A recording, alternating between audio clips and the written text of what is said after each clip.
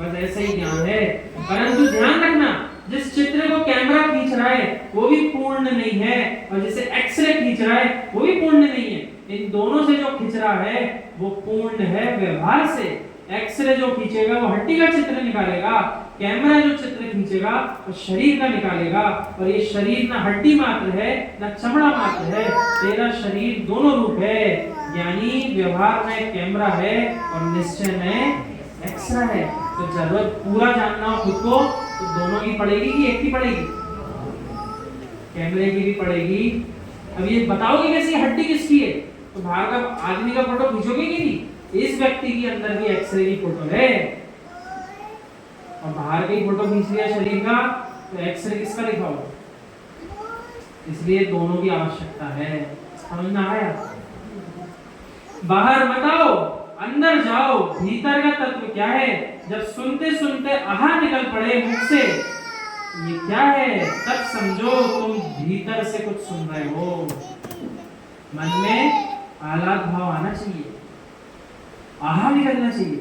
तो यहाँ तो क्यों नहीं निकलता? बाकी जगह निकल जाता है, यहाँ क्यों नहीं निकलता?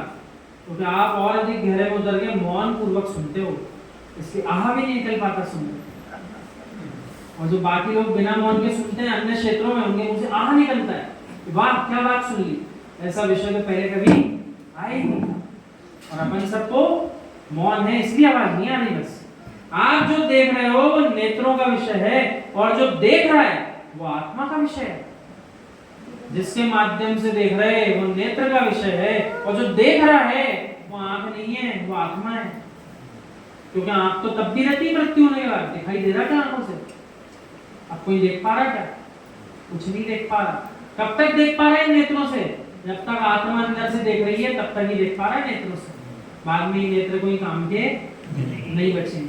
जो देख रहे हो वो नेत्रों का विषय है, और आप जो देखना चाहते हो वो सब आत्मा का विषय है। अरे देखना किसको चाहते हैं? अपनी आत्मा को।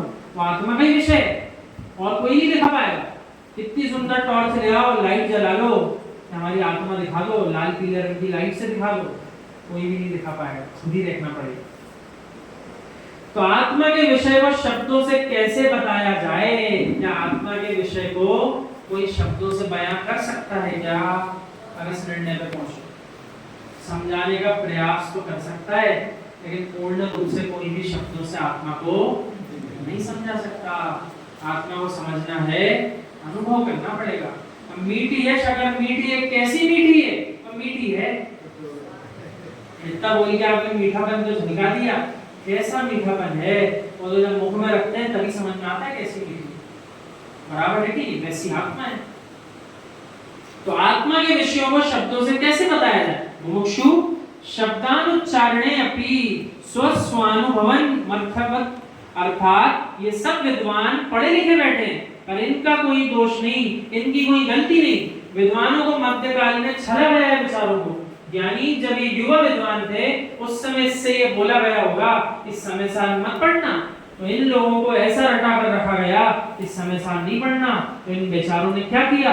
पूरा जीवन इन्होंने समय साल के विरोध में नष्ट कर दिया। अब बताओ आप इस समय क्या सुन रहे हो? जो मैं आपको सुना रहा हूं इसमें आप सुन क्या रहे हो? तत्व सुन रहे हो, यानी समय सार सुन रहे हो। जितने दिन अपन ने तत्व सुना तो सारे दिन कोई और ग्रंथ चल रहा था, इस समय सारे चीज चल रहे थे। जब जब तत्व चलता है तो समय सार ही सुनना है अपन से। और जब स्वयं समय सार जी का अध्ययन अपन करो तब तो और अलग आनंद होता है। लेकिन फिर भी जब भी तत्व की चर्चा चलेगी तो समय सार जी की ही चर्चा चलेगी, और किसी की चर्चा नहीं चल रही। सत्य बताना आपको यदि समझ में नहीं भी आ रहा हो तो भी शांति महसूस होती है कि नहीं होती है? होती है क्या? होती है। विश्वास रखिए, जब भी निर्वाण मिलेगा इस तत्व से ही मिलेगा। कुछ लोगों ने विपरीत व्याख्या कर दी समय सार की, तो सब गड़बड़ कर दिया। कुछ लोगों ने समय सार की व्याख्या ही बंद कर दी, तो सब गड़बड़ कर दिया। निषेध में अपना जीवन व्यर्थ किया। यदि उसकी सम्यक अनुरूपणा करते तो आज हमारी अखंड समाज दिखाई देती। क्या करूं महाराज? दृष्टांत तो आप देते रहो। अरे ज्ञानी सुनो, जाति मिक्स, कुल मिक्स, वंश मिक्स, ये सब मिक्स हो गया, पता ही नहीं चलता। घर के द्वार पर लिखा है जैन, और घर में भीतर जाको